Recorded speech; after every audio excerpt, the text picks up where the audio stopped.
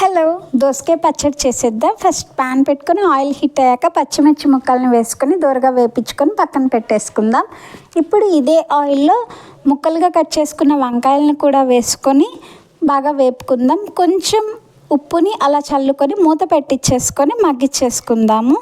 ఇది వంకాయ ముక్కలు బాగా మగ్గినాక చిన్న నిమ్మకాయ సైజు అంత చింతపండు కూడా పెట్టుకొని స్టవ్ ఆఫ్ చేసేద్దాం.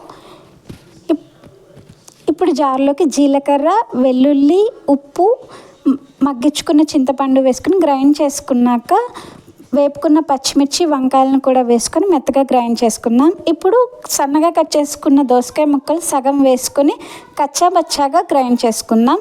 ఇప్పుడు ఇది బౌల్లోకి తీసుకొని మిగతా దోసకాయ ముక్కలను కూడా వేసుకొని బాగా కలుపుకుందాం. ఇప్పుడు తిరగమూతకి బాండీ పెట్టుకొని ఆయిల్ వేసుకొని తిరగమూత దినుసులు, ఎండుమిర్చి, కరివేపాకు, కొత్తిమీర వేసుకొని ఆ తిరగమూతను పచ్చళ్ళలో వేసుకొని బాగా కలుపుకుందాం. అంతేనండి, ఎంతో టేస్టీగా ఉండే దోసకాయ పచ్చడి రెడీ అయిపోయింది. Thank you.